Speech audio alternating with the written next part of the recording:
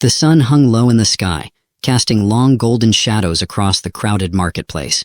It was one of those lazy afternoons when people seemed to linger over everything, haggling over exotic fruits, browsing racks of eclectic trinkets, or simply basking in the warmth of the day. I was no different, ambling aimlessly, clutching a steaming cup of synth-brewed coffee that tasted like regret and desperation. I turned a corner, distracted by a vendor hawking what he claimed to be authentic Martian sand art, which, judging by the price, was probably just red beach sand from New Australia, when I felt it. A presence. Not the kind of presence where you glance up and catch someone looking at you, but the kind that grabs you by the spine and rattles you like a coin in a tin can. It was as if the world had slowed, the ambient chatter fading into a muffled hum. She stood there, motionless in the crowd, a figure who looked as though she belonged to another dimension entirely. Her skin shimmered in iridescent hues, like oil on water, and her eyes, oh, her eyes, were molten gold, glowing faintly as if lit from within. She wore a suit that clung to her like a second skin, a patchwork of organic and metallic materials that pulsed faintly with a life of its own. And she was staring straight at me. I froze, coffee halfway to my mouth, suddenly acutely aware of how ordinary I must have looked in comparison, just some guy in a scuffed jacket and worn-out sneakers. Her gaze bore into me with an intensity that made my heart stumble. Then, to my utter disbelief, her glowing eyes brimmed with tears. She began to cry. Not the delicate Hollywood kind of crying either. This was raw, gut-wrenching sobbing.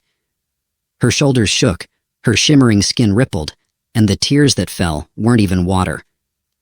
They glowed faintly, each droplet evaporating into a puff of sparkling mist before hitting the ground.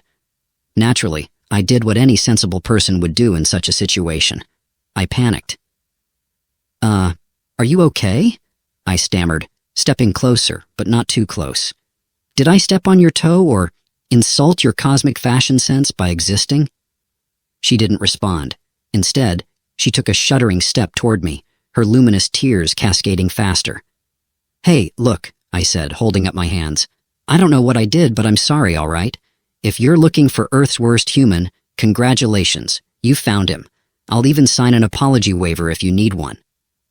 The crowd around us began to notice. People whispered, pointed, and a kid somewhere asked loudly, "Is she a hologram, Mommy?" And that's when she spoke. "You are the child from the photo," she said, her voice resonating in a way that wasn't entirely physical. It was like hearing a melody in my bones, a haunting, otherworldly harmony that made every hair on my body stand on end. "The photo?" I echoed, blinking. "Lady, I think you've got the wrong guy. I don't even take good selfies." But she shook her head, a movement so graceful it seemed choreographed. She reached out a trembling hand, almost as if to touch me, but stopped inches away, as if the act might shatter her. "It is you," she murmured, her voice cracking with emotion. "The child, 5 solar cycles old, your smile. It is you." This was officially the weirdest moment of my life, which was saying something considering I once got locked in an autonomous laundromat overnight. "Right. Okay," I said, trying to ignore the knot forming in my stomach. "Let's back up. Who are you and why are you crying? Are you allergic to me? Because I've got antihistamines in my bag." Her knees buckled. Before I could react, she collapsed into my arms, her weight surprisingly light for someone of her height. The crowd gasped, and someone yelled, "Call a medic." "Great," I muttered under my breath. I broke the alien lady. I eased her down to the ground, her iridescent skin dimming slightly like a light bulb losing power. Up close, her features were even more surreal, delicate yet alien, with faint, bioluminescent veins that pulsed beneath the surface. Hey, stay with me," I said, patting her cheek lightly. "I don't even know your name yet." "Come on, at least give me that much before you faint dramatically in public." Her golden eyes fluttered open, and she whispered a single word, "Nira." Then she was out cold. The medics arrived within minutes, their hover stretcher hissing softly as they loaded her on. A stocky man in a navy jumpsuit shot me a questioning look. "Friend of yours?" he asked. "I wouldn't say that," I replied, scratching the back of my neck. "She just kind of showed up, cried, and passed out. You know, a normal Tuesday." He didn't look convinced, but shrugged. "We'll take her to the clinic. You might want to come along. She was mumbling your name before she blacked out." "Fantastic," I muttered, because this situation wasn't weird enough already. As I followed the stretcher through the marketplace, a strange mix of dread and curiosity churned in my chest. Who was Nira? Why did she recognize me? And what was this about a photo? Little did I know, the answers would upend everything I thought I knew about myself and my father. The clinic was an exercise in contradictions: sleek, futuristic architecture, all seamless glass and glowing panels, but staffed by medics with the bedside manner of grumpy houseplants. Nira was placed in an examination pod that hummed softly as it scanned her, its translucent walls lighting up with incomprehensible symbols. I stood nearby, clutching a vending machine packet of something that claimed to be emergency hydration gel, but looked like an alien's leftovers. "She's stable," one of the medics finally said, a tall woman with a voice as sharp as her haircut. She didn't seem fazed by Nira's glowing, otherworldly appearance, typical for Earth's cosmopolitan mix of species these days. "Whatever she is, her physiology's bouncing back. Give it a few hours, and she'll be good as new." "Great," I said. "Any chance you can explain why she collapsed in the first place? Maybe she saw Earth coffee prices and fainted in protest." The medic didn't even crack a smile. Tough crowd. With little else to do, I settled into one of the clinic's uncomfortable chairs and waited. Nira's pod cast a soft blue glow, and her features seemed more peaceful now, as if she were caught in the middle of a pleasant dream. I couldn't stop staring at her. The way her bioluminescent veins pulsed faintly beneath her skin was mesmerizing, like a living work of art. As I sat there, my mind kept circling back to her words. "You are the child," from the photo. It made no sense. My father had died years ago, a retired engineer with a penchant for telling bad jokes and tinkering with machines he probably shouldn't have touched. He wasn't the kind of guy to leave behind cosmic mysteries, or so I thought. Hours passed, and I was halfway through a very questionable snack bar from the vending machine when Nira stirred. Her eyes opened slowly, the molten gold glow softer now, but no less captivating. She looked around, disoriented, before her gaze landed on me. "You stayed," she said, her voice still carrying that resonant, musical quality. "Yeah, well, leaving didn't feel like an option," I replied. "Besides, I couldn't let you rack up a medical bill without a familiar face around to laugh about it." Her brow furrowed in confusion. "Medical bill?" "Never mind," I said, waving it off. "Earth humor. We'll get to that later. Now, how about you explain why you recognized me like a long-lost cousin at a family reunion?" Nira sat up slowly, her movements fluid and deliberate. The light in the pod shifted to a soft green, signaling her recovery. She took a deep breath, though it looked more like she was recalibrating her entire system, and then spoke. "My name is Nira," she began, her voice steady now. "I am from the planet Zynar, in the Altiri system. Decades ago, your father came to my world." I blinked. "You're going to have to be more specific than that. My dad? Average height guy, bad jokes, always smelled faintly of motor oil? That guy?" "Yes," she said with a faint smile, as though the description amused her. "But to us, he was much more. He saved us." She began to recount her story, and the words painted images in my mind so vivid it felt like I was living them. Zynar, she explained, was a world of breathtaking beauty. Endless forests that glowed with bioluminescent light, cities built from crystalline structures that sang when the wind passed through them, and a sky that shifted colors in waves like an ocean. But beauty masked fragility. Decades ago, Zynar's energy core, the source of all life and technology on the planet, began to fail.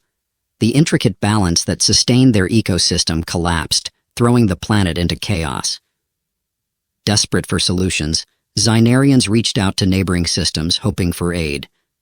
That's when my father arrived.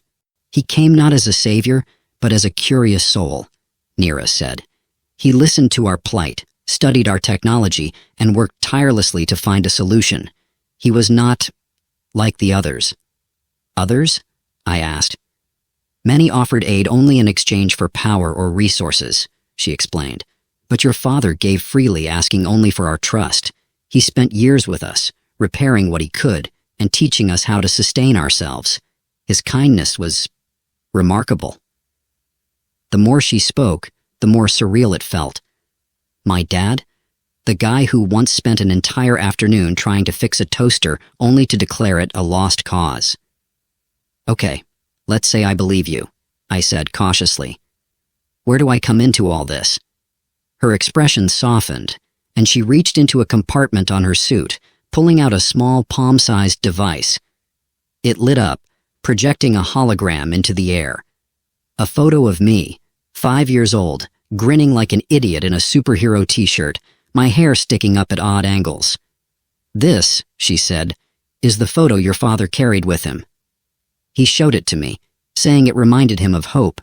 I memorized it, never knowing if I would see you in person, until today. I stared at the hologram, my mind racing. It was undeniably me, captured in all my childhood awkwardness. But why would my father show this to an alien species on the verge of collapse? And why did it matter so much to Nira? Before I could voice my questions, she spoke again, her voice tinged with sadness.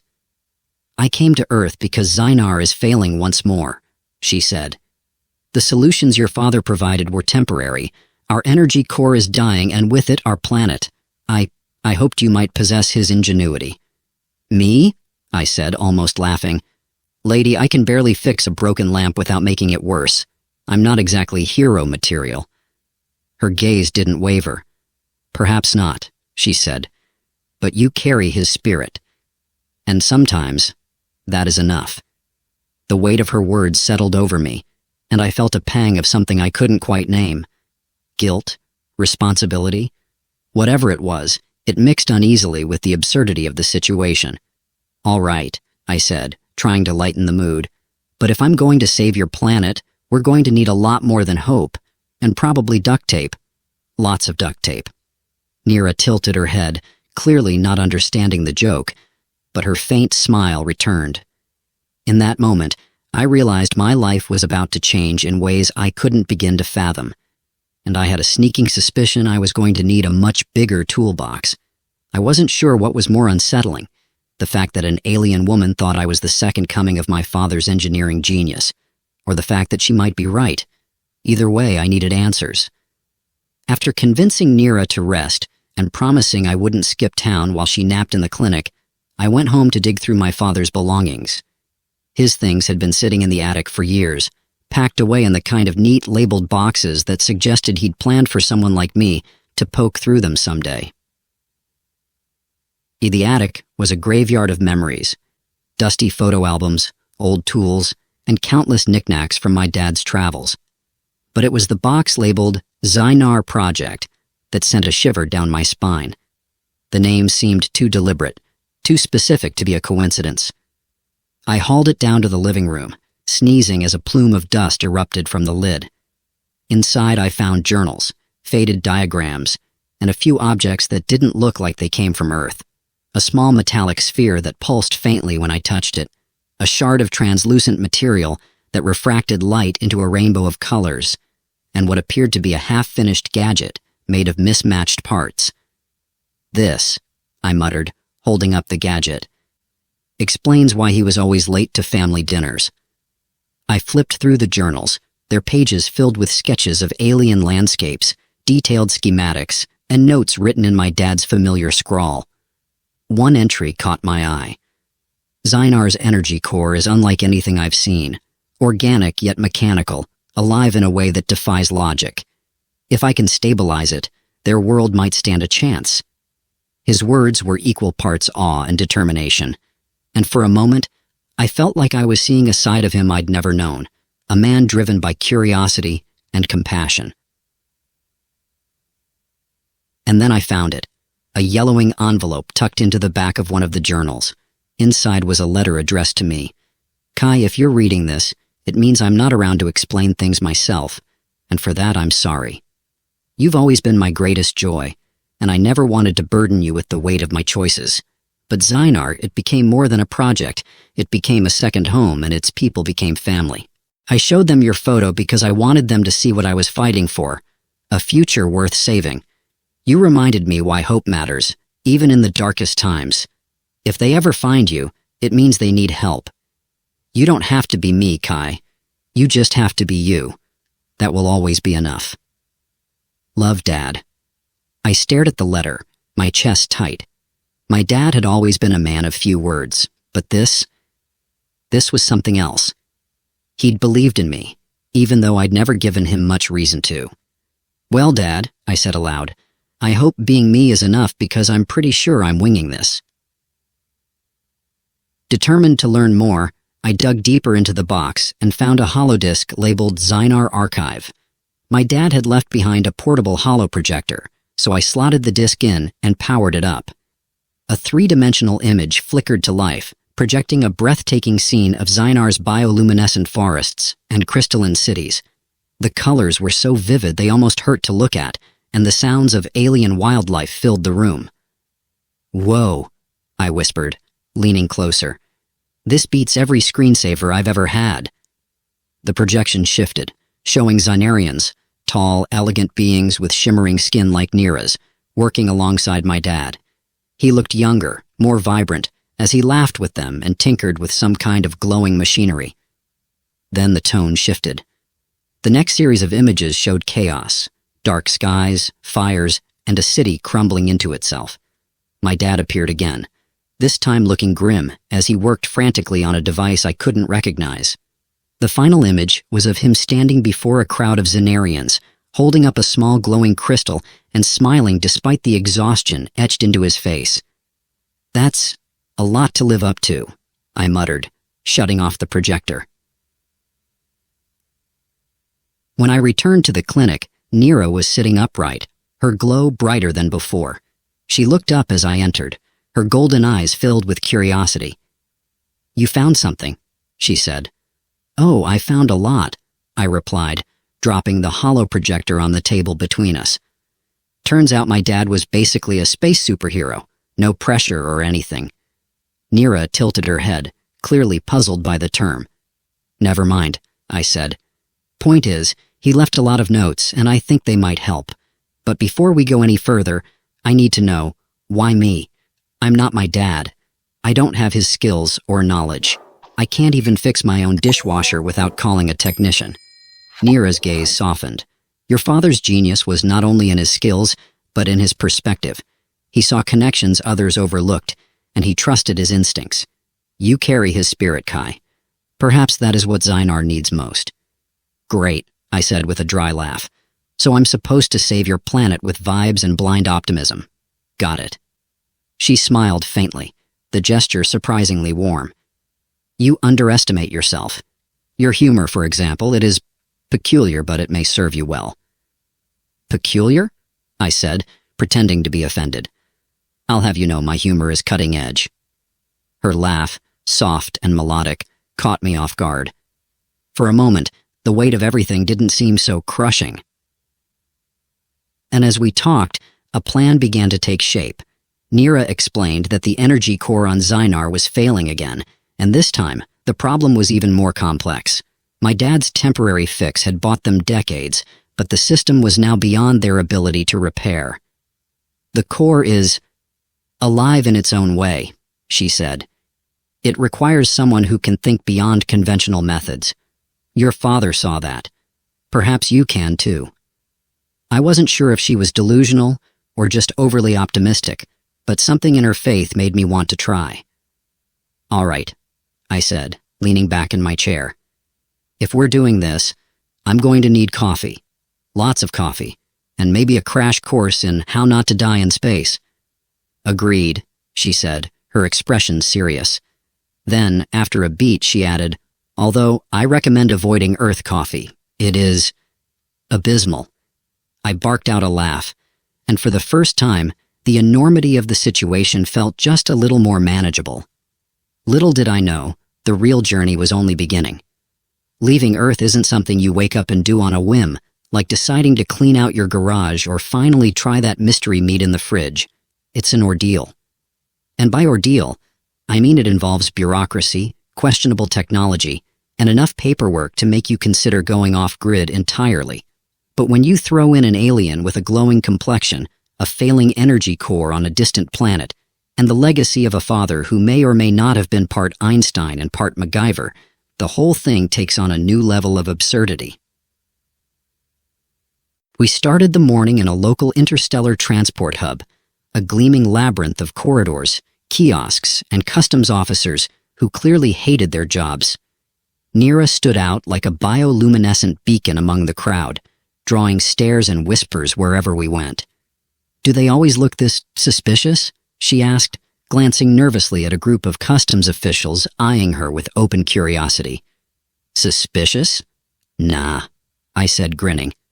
"That's just their default setting. They're trained to assume everyone's smuggling contraband or harboring secret alien parasites, which in your case might actually be true." Her lips quirked upward in what I was beginning to recognize as the Xenarian equivalent of an eye roll. "You find this amusing?" "A little," I admitted. "I mean, come on. You're literally the most interesting thing in this building. Meanwhile, I'm just some guy in a hoodie trying to figure out how to use a vending machine that speaks 6 languages."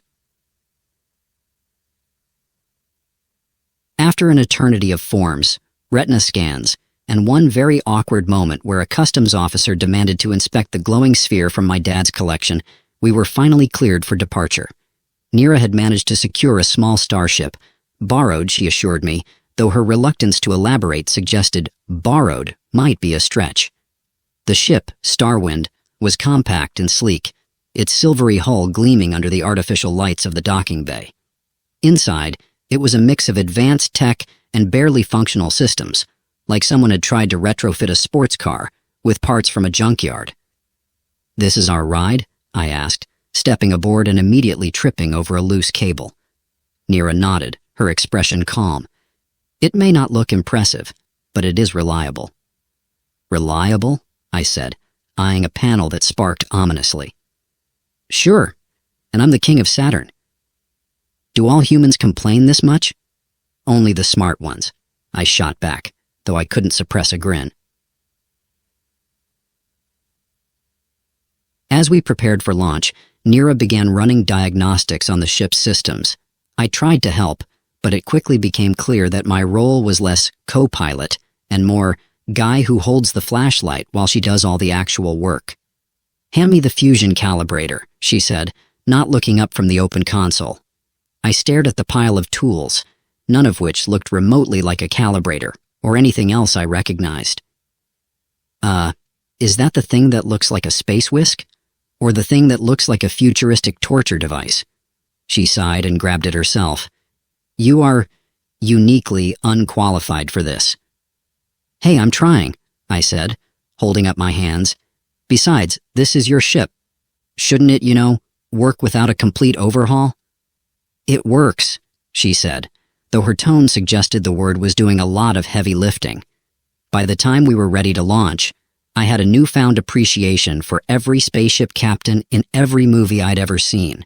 Because if those movies were even half accurate, starships were temperamental, high-maintenance divas with a penchant for breaking down at the worst possible moments. Takeoff was surprisingly smooth, considering the state of the ship.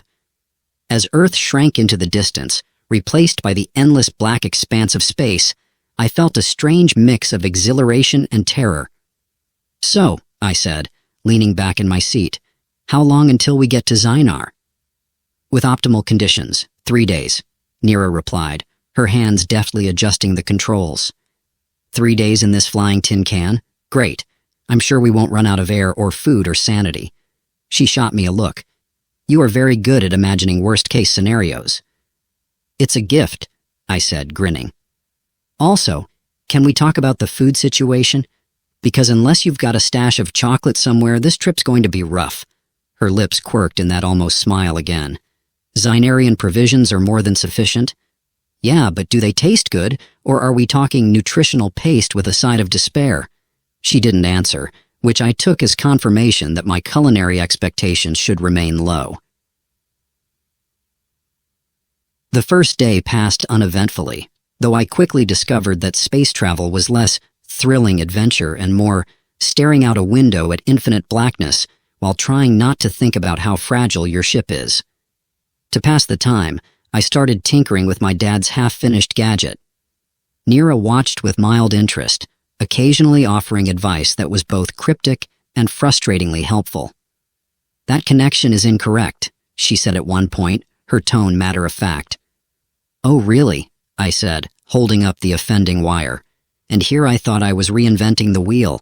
What does this thing even do, anyway? "It is a resonance stabilizer," she explained. "Your father was designing it to harmonize with the energy core on Xynar." "Cool," I said, though I had no idea what that meant. And by cool, I mean I'll probably accidentally blow us up before I figure it out.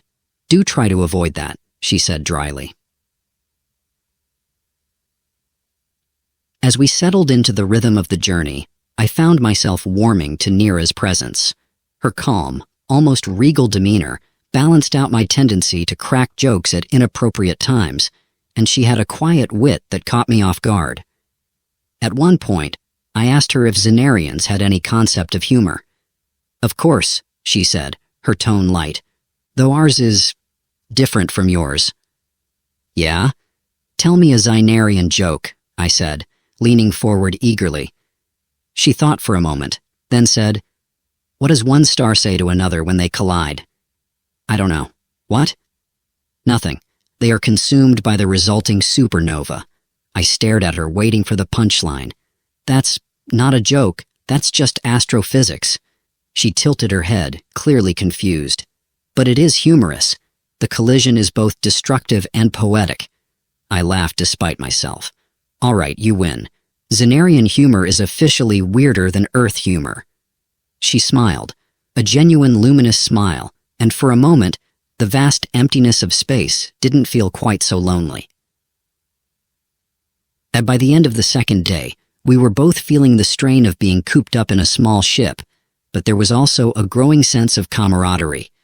We were two wildly different individuals thrown together by circumstance, united by a shared goal. And as we hurtled through the void, I couldn't shake the feeling that this was only the beginning. Space, it turns out, is not the smooth highway of intergalactic adventure that movies make it out to be. It's more like an endless series of detours, punctuated by the occasional existential crisis. Case in point, halfway through our second day of travel, the Starwind's navigation system decided it was a good time to have a midlife crisis. The first sign of trouble was a sharp metallic whine from the control panel. "What was that?" I asked, looking up from the gadget I'd been trying and failing to assemble. Nira's hands flew across the controls, her expression a study in composed urgency. "The navigational matrix is recalibrating." "Recalibrating? That sounds like code for we're lost." "We are not lost," she said, though her tone lacked conviction.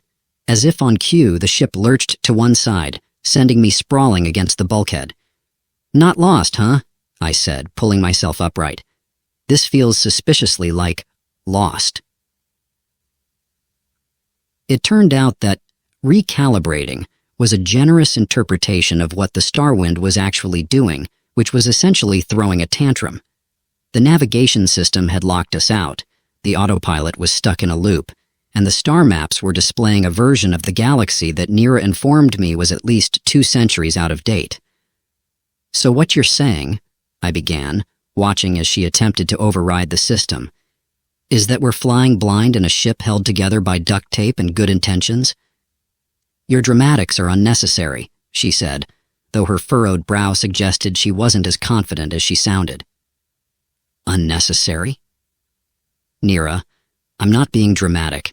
I'm being realistic. This ship is one bad sneeze away from falling apart, and now we're—" "Enough," she said, cutting me off. "I need silence to concentrate." I mimed zipping my lips but couldn't resist muttering, "If we survive this, I'm installing a GPS, and maybe a backup GPS for the GPS." After several tense minutes, Nira managed to wrestle the ship into manual control, but our course was now hopelessly off track. The closest option for recalibrating our system was an outpost on the outskirts of a nearby star system, an outpost that, according to Nira, was known for its questionable reputation. "This just keeps getting better," I said as she adjusted our trajectory. "Tell me, is this outpost run by friendly aliens who offer cookies and free Wi-Fi, or are we talking shady deals and a 50% chance of getting mugged?" She gave me a sidelong glance. "I suggest you keep your wit to yourself while we are there." "Noted," I said. "But if they offer cookies, I'm taking one." The outpost, when we finally arrived, was about what I'd expected. A bustling, chaotic hub of mismatched ships, dubious traders, and a general air of "don't ask too many questions." The docking bay was a patchwork of metal and grime, with repair drones scuttling between ships like oversized cockroaches. As we disembarked, Nira handed me a small device. A translator, she explained, though its worn casing didn't inspire much confidence. "Try not to draw attention," she said, her tone firm. "Got it. Blend in, keep quiet, and definitely don't crack jokes about their decor," I said, earning another one of her almost smiles. Inside the outpost, the air was thick with the smell of oil and alien spices. Beings of all shapes and sizes filled the space, their voices blending into a cacophony of languages. I couldn't help but stare. There were creatures with shimmering scales, others with translucent skin that revealed their internal organs, and one particularly large alien that looked like a walking coral reef. "Eyes forward," Nira murmured, nudging me. "Right. Sorry," I said, tearing my gaze away. "It's just a lot to take in. Also, is it just me, or does that guy over there have 6 arms?" Nira didn't respond, which I took as confirmation. Our first stop was a dingy repair shop run by a grizzled alien with tusks and a perpetually annoyed expression. Nira handled the negotiations, her tone clipped and professional, while I tried not to touch anything that looked like it might explode. The shopkeeper, whose name sounded like a sneeze, eventually agreed to recalibrate our navigation system for a price. "How much?" I asked, immediately regretting it when he named a figure that sounded exorbitant, even in alien currency. "Do not worry," Nira said, her voice low. "I will handle it." I watched as she handed over a small, glowing crystal, one of the items from my father's box. My chest tightened at the sight. "Was that important?" I asked once we were outside. "It was necessary," she said simply. I wanted to press her, but the look on her face stopped me. With the recalibration underway, we had a few hours to kill. Nira suggested we stay out of sight, but curiosity got the better of me. "You've been here before, haven't you?" I asked as we wandered the outpost's maze-like corridors. "Once," she admitted. "It is not a place I enjoy revisiting." "Yeah, I can see why," I said, stepping over a suspicious puddle. "But hey, at least it's colorful." She gave me a look that said, "I am rethinking every decision that led me to this moment." We ended up in a dimly lit cantina, the kind of place where every patron looked like they had a story to tell, and a knife hidden somewhere on their person. "2 drinks," I said to the bartender, who resembled a sentient tree. "And maybe some snacks if you've got anything that won't kill a human." The bartender grunted and handed over 2 glowing beverages that looked like radioactive Kool-Aid. "Cheers," I said, raising my glass to Nira. She sniffed her drink, then took a cautious sip. "This is unusual." "Unusual good or unusual bad?" "Unusual tolerable." I took a sip of mine and immediately regretted it. "Tolerable, huh? Tastes like someone liquefied a battery." Despite the grim surroundings, we managed to share a rare moment of levity, laughing over our mismatched reactions to the alien cuisine. By the time we returned to the ship, the navigation system was fully recalibrated, and we were ready to resume our journey. As the star wind lifted off, I couldn't help but feel a pang of relief. "Next stop, Zynar," I said, leaning back in my seat. Nira glanced at me, her expression unreadable. "If we make it in one piece." "Now who's being dramatic?" I teased, earning a faint smile. The humor didn't erase the weight of what lay ahead, but it made the journey just a little easier. For now, that was enough. The journey to Zynar was mercifully uneventful after the chaos of the outpost. The star wind hummed along at a steady pace, its recalibrated navigation system keeping us on course. The void of space stretched endlessly around us, speckled with the occasional distant star or drifting debris. While Nira remained focused on monitoring the ship's systems, I found myself staring out the viewport, my thoughts drifting as freely as the cosmic dust outside. "You're quiet," she observed, breaking the silence. "Just thinking," I said, my voice softer than usual. "About your father?" I nodded. "About all of this, really. It's a lot to take in, you know? A week ago, my biggest worry was figuring out what to do with my life. Now I'm hurtling through space with an alien who might be the only one keeping her planet from falling apart." She tilted her head slightly, her luminous eyes studying me. "And how does it feel?" I hesitated. "Like I'm caught between a dream and a really elaborate prank." Despite the relative calm, the sense of impending change hung heavy in the air. Nira had begun sharing more details about Zynar, painting a picture of a world both beautiful and fragile.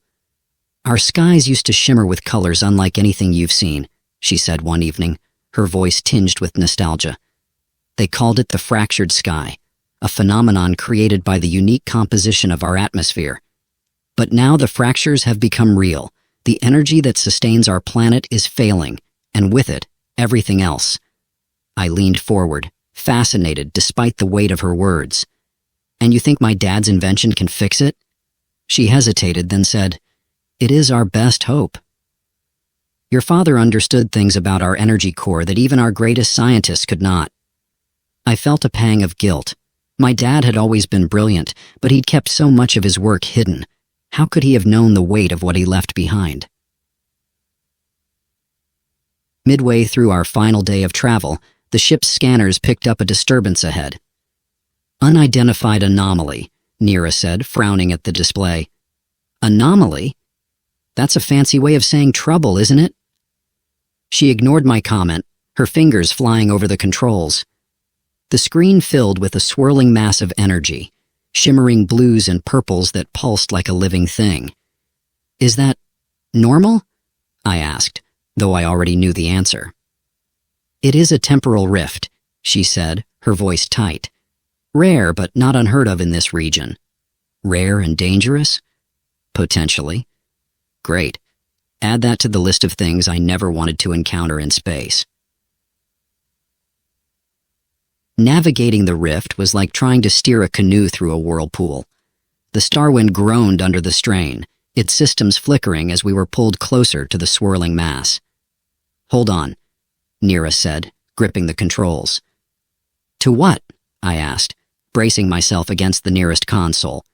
"There are literally no seatbelts on this ship. I feel like that's a serious design flaw." She didn't reply, her focus entirely on guiding the ship. The turbulence grew worse, tossing us around like a toy in a bathtub. "You know," I said, trying to lighten the mood, "if we survive this, I'm putting in a complaint with intergalactic OSHA." Nira actually laughed, a brief, unexpected sound that cut through the tension. "I will sign the complaint myself." After what felt like an eternity, the ship broke free of the rift's pull, the swirling energy fading into the distance. "We made it," I said, slumping back in my seat. "Barely." Nira nodded, though her expression remained tense. "The rift may have delayed us. I must check our trajectory." As she worked, I let out a long breath, my heart still racing. Despite the danger, there was something exhilarating about surviving the impossible.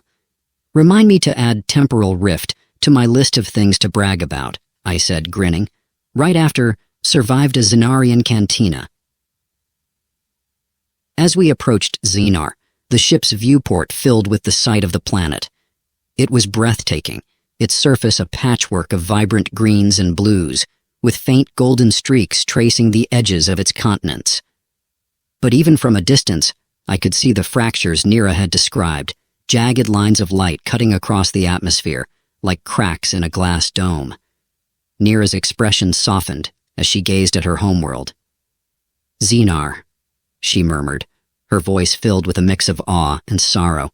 "It's beautiful," I said, meaning it. "And fragile," she added. As we entered the planet's orbit, the ship's comm system crackled to life. A Xenarian voice, sharp and urgent, filled the cabin. "They're not exactly rolling out the welcome mat," I said, catching only fragments of the language. "They are verifying our identity," Nira said, her tone calm. After a tense exchange, the comms went silent, and a small beacon lit up on the navigation display. "They've granted us clearance," Nira said, relief evident in her voice. "Great," I said, trying to ignore the knot in my stomach.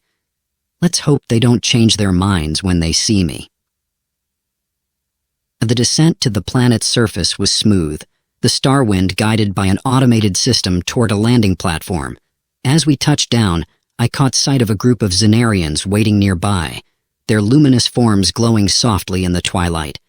Nira turned to me, her expression serious. "Stay close.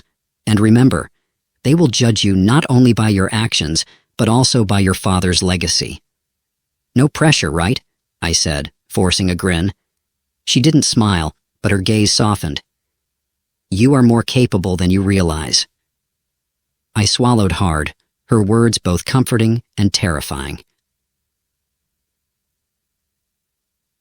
As we stepped off the ship, the Xenarians approached, their movements fluid and graceful.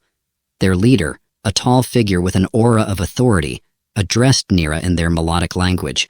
Though I couldn't understand the words, their tone was clear: curiosity, caution, and a hint of hope. "This is the human," Nira said, gesturing toward me. "The son of the one who saved us." All eyes turned to me, their luminous gazes both alien and familiar. Hi," I said, giving an awkward wave. "Nice to meet you?" The leader tilted their head, their expression unreadable. Then, to my surprise, they smiled, a small, tentative gesture that eased some of my nerves. As we were led into the heart of their city, I couldn't help but marvel at the beauty around me. Towers of crystal and light rose into the sky, their surfaces reflecting the fractured hues of the atmosphere. For all its fragility, Xenar was a world of wonder. And as we walked, I felt a strange sense of purpose settling over me. My father had been here once, a lifetime ago. Now it was my turn to step into his legacy. And maybe, just maybe, make it my own. The heart of Xenar was a breathtaking blend of the organic and the technological. Towers of crystalline light pulsed with energy, their shapes shifting subtly as if alive. The streets beneath were lined with a mosaic of bioluminescent flora that seemed to breathe in harmony with the city. Despite its beauty, there was an undeniable fragility to it all, like a song just barely holding its tune. Nira led me through the central plaza, her posture confident yet tense. The air buzzed with faint currents of energy, and I felt like I was walking through the veins of a living creature. "What's the plan?" I whispered as we approached a large structure that resembled a flower frozen mid-bloom. "We present your father's work to the core council," she said, her tone steady. "They will assess its potential." "Sounds simple enough," I muttered. "So how many ways can this go wrong?" She didn't answer, which I chose to interpret as more than I'd like to admit. And the council chamber was a circular hall, its walls shimmering with cascading light.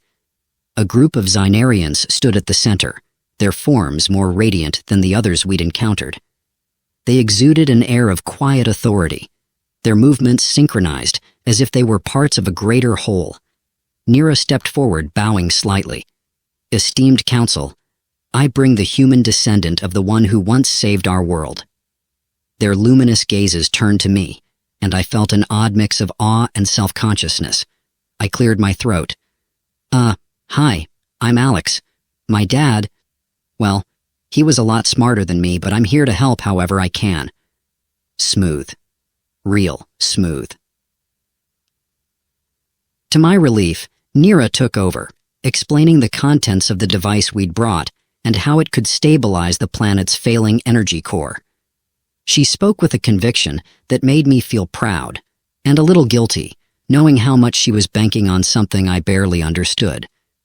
One of the council members stepped forward, their voice melodic yet firm. "The human legacy is not without merit, but action must follow intention." "Right," I said, nodding like I had any idea what that meant. They gestured for us to follow, leading us through a series of corridors that descended deep into the earth. The walls glowed faintly, their light pulsing in time with a distant hum that seemed to come from the planet itself. At the heart of Zynar lay the energy core, a vast, swirling nexus of light and color suspended in an enormous chamber. It was mesmerizing and terrifying all at once, its fractured state evident in the jagged, flickering currents that coursed through it. "This is it?" I asked, my voice barely above a whisper. Nira nodded. "The core is the lifeblood of Zynar. Without it, the planet cannot survive. And we're supposed to fix that with—" I held up the device, a small, unimpressive-looking cube. "This?" She gave me a look that was equal parts encouragement and exasperation. "Trust in your father's work." "No pressure or anything," I muttered. The process of integrating the device was less than straightforward. Nira and the Zenarian engineers worked in perfect synchrony, their movements precise and deliberate. Meanwhile, I hovered on the sidelines, trying to make myself useful but mostly staying out of the way. At one point, a particularly complicated maneuver prompted me to ask, "Do you need me to hold something? Or like, hand you a wrench? Do you even have wrenches?" "Silence would be most helpful," one of the engineers said without looking up. "Got it. Silent as a vacuum," I said, earning a faint smirk from Nira. As the device was finally connected, the core pulsed violently, its fractured light surging in all directions. For a moment, the chamber was bathed in blinding brilliance, and I thought, this is it. We broke it. We broke the planet. But then slowly, the light stabilized. The fractures began to knit themselves together, their jagged edges softening into smooth, seamless currents. The hum grew steadier, resonating with a deep, comforting rhythm. Nira let out a breath I hadn't realized she'd been holding. "It's working." The engineers exchanged glances of cautious relief. "See?" I said, grinning. "Piece of cake. Barely broke a sweat." Nira shook her head, though her eyes sparkled with something close to amusement. In the days that followed, Zynar began to heal. The skies, once fractured and dim, shimmered with renewed brilliance. The city's towers grew brighter, their light reflecting the planet's restored energy. The Zenarians welcomed me as an honorary guest, their gratitude overwhelming. I even got to try more of their cuisine, though I steered clear of anything that looked like it might still be alive. "You have done more than you realize," Nira said one evening, as we stood on a balcony overlooking the city. "Pretty sure you did most of the heavy lifting," I said. She shook her head. "Your presence gave them hope, and hope is as vital as energy." I didn't know what to say to that, so I just nodded, watching the fractured sky fade into memory.